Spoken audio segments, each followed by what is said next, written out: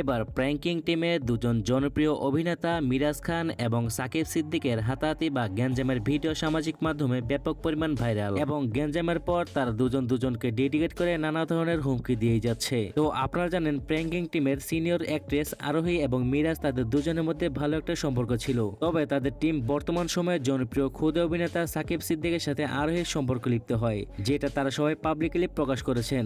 তো এর প্রতিও তাদের মধ্যে ক্ষোভ রয়েছে। তাছাড়াও প্র্যাঙ্কিং টিম মেম্বার উপস্থিত থাকা সত্ত্বেও তারা এই ঘটনা নিয়ে মুখ খুলেছেন। তো আজকের এই ভিডিওতে এই বিষয়ে বিস্তারিত আলোচনা করা হবে, তাই সম্পূর্ণ ভিডিওটি দেখার অনুরোধ রইল। আপনি যদি আমাদের চ্যানেল নতুন হয়ে থাকেন তাহলে ভিডিওতে লাইক দিয়ে চ্যানেলটিকে সাবস্ক্রাইব করে দিন। তো চলুন আর বেশি কথা না বাড়িয়ে মূল ভিডিওতে যাওয়া যাক। গাইস, গভীর জলের মাছ এই সিরিজে তাদের শুটিং স্পটে মিরাজ, শাইলা সাথী এবং শান্ত স্ক্রিপ্ট রিহার্সাল করছিল। আর তাদের এই গভীর জলের মাছ সিরিজের 5টি শুট বাকি আছে। তবে এমত অবস্থায় সাকিব মিরাজের সাথে কোনো এক কারণে নানা ধরনের উগ্রবাদী এবং ব্লেম দিচ্ছে।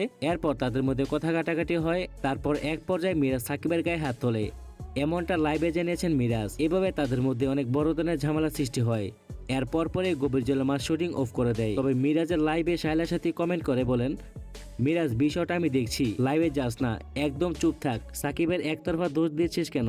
এবং মিরাজ রিপ্লাই বলেন, না আপু, লাইভে যাব, তুমি দেখছো না ও চ্যালেঞ্জ নিচ্ছে, ওর জন্য গভীর জলের মাছ শুটিং বন্ধ। তবে এখানে যেহেতু শান্ত এবং শাইলা সাথীও ছিল, সেক্ষেত্রে তাদের দুজনের ব্লেম দেখেছে তারা। এই বিধায় শাইলা সাথী এই কথাটি বলেছেন, গাইস, কখনো কারোর সাথে কেউ এমনিতে ঝামেলা পাকায় না, তার মধ্যে পূর্বে কিছু ঘটনা থাকা লাগে। তো যাই হোক, মিরাজের লাইভের পরপর সাকিব মিরাজকে বলেন, লাইভে গিয়ে আসল কথা বলিস না কেন, ভয় লাগে?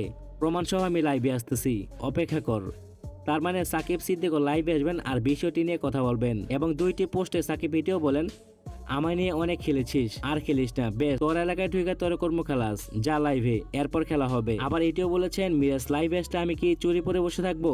আমিও মানুষকে সত্যিটা জানাবো। তবে এই পোস্টগুলো দেখেও মিরাজ এলাকায় আসতে বলেন এবং সে গ্যাঞ্জামের জন্য প্রস্তুত। তো গাইস, এই দুজন ক্ষুদ্র অভিনেতা হওয়া সত্ত্বেও তাদের অভিনয়গুলো পুরোদমে হিট এবং তাদের দুজনের মধ্যে কিন্তু বন্ধুত্বের একটি ভালো সম্পর্ক ছিল, কিন্তু হুটহাট করে এক নিমেষে শেষ হয়ে গেল। তবে কে বা ভেবেছিল এমনটা হবে? তবে গাইস, এখন সামাজিক মাধ্যমগুলোতে এই নিয়ে ট্রেন্ডে থাকবে এই ঘটনাগুলো। তবে আমরা এসব কন্ট্রোভার্সি না চাই, আমরা চাই এসব ভেদাভেদ বলে নতুন করে নিজেরা নিজেদের ভুল বাদ দিয়ে এক হোক এবং গভীর জলের মাছ এপিসোডটা শেষ হোক। পরবর্তী ঘটনা কি হয় সে আপডেট আমাদের এই চ্যানেলে জানাবো, তাই ভিডিওতে লাইক দিয়ে চ্যানেলটিকে সাবস্ক্রাইব করে রাখতে পারেন।